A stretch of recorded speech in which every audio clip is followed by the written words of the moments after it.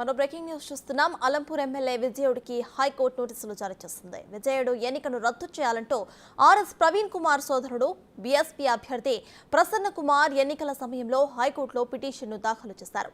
Field assistant పదవికి రాజీనామా చేయకుండానే నామినేషన్ వేయడంతో పాటు వృత్తి వివరాలు నామినేషన్లో పేర్కొనలేదని పిటిషన్ దాఖలు చేశారు.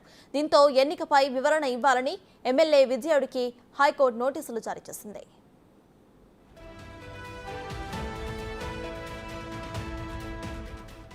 ఇదే విషయానికి పూర్తి డీటెయిల్స్ మా ప్రతినిధి శంకర్ అందిస్తారు.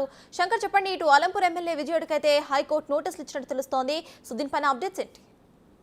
సర్తాజ్, అలంపూర్ ప్రజెంట్ ఎమ్మెల్యేగా ఉన్నటువంటి విజయుడికి హైకోర్టు నోటీసులు జారీ చేసినట్టుగా తెలుస్తుంది. ఆయన గడిచిన ఎన్నికల్లో బీఆర్ఎస్ పార్టీ ఎమ్మెల్యే అభ్యర్థిగా కూడా అక్కడ నుంచి పోటీ చేసినటువంటి పరిస్థితి కనిపిస్తుంది. మొత్తంగా అక్కడ నుంచి పోటీ చేసిన తర్వాత ఎమ్మెల్యే విజయుడు గెలవడం జరిగింది. ఈ క్రమంలోనే ఆ ఎన్నికల్లో ఆయన పోటీ చేసే క్రమంలో విజయుడు అక్కడ ఏదైతే స్థానికంగా పనిచేస్తున్నటువంటి గ్రామీణ ఉపాధి హామీ పథకంలో కూడా ఆయన పనిచేస్తున్నాడు. ఆయన ఉద్యోగానికి సంబంధించినటువంటి వివరాలను ఎక్కడ కూడా అక్కడ ఎన్నికల సంఘానికి నివేదించలేదంటూ కూడా స్థానికంగా ఉన్నటువంటి బీఎస్పీ అభ్యర్థిగా ఉన్నటువంటి ప్రసన్న కుమార్ కూడా అప్పట్లో హైకోర్టులో కూడా దీన్ని పిటిషన్ దాఖలు చేసినటువంటి పరిస్థితి కనిపిస్తుంది. ఈ నేపథ్యంలోనే ఈ రోజు విజయుడికి నోటీసులు హైకోర్టు పంపినట్టుగా తెలుస్తుంది. ఆ నోటీసులు అయితే ఇప్పటికీ విజయుడికి అయితే చేరుకోలేదు, కానీ మరో 1-2 రోజుల్లో కూడా ఆ నోటీసులు ఆయనకు వచ్చే అవకాశం ఉంది. మొత్తంగా అప్పట్లో ఆయన పోటీ చేసే క్రమంలో ఆయనకు సంబంధించినటువంటి ఉద్యోగానికి సంబంధించిన వివరాలు కావచ్చు, ఎన్నికల్లో పోటీ చేయడానికి ముందా ఎన్నికల్లో పోటీ చేసిన తర్వాత ఆయన ఉద్యోగానికి రాజీనామా చేశాడనేది మాత్రం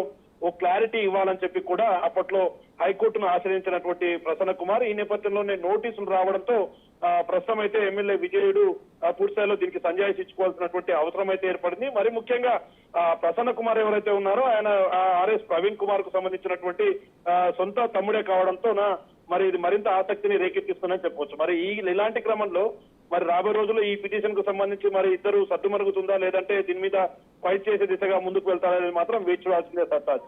రైట్, థ్యాంక్ యూ శంకర్.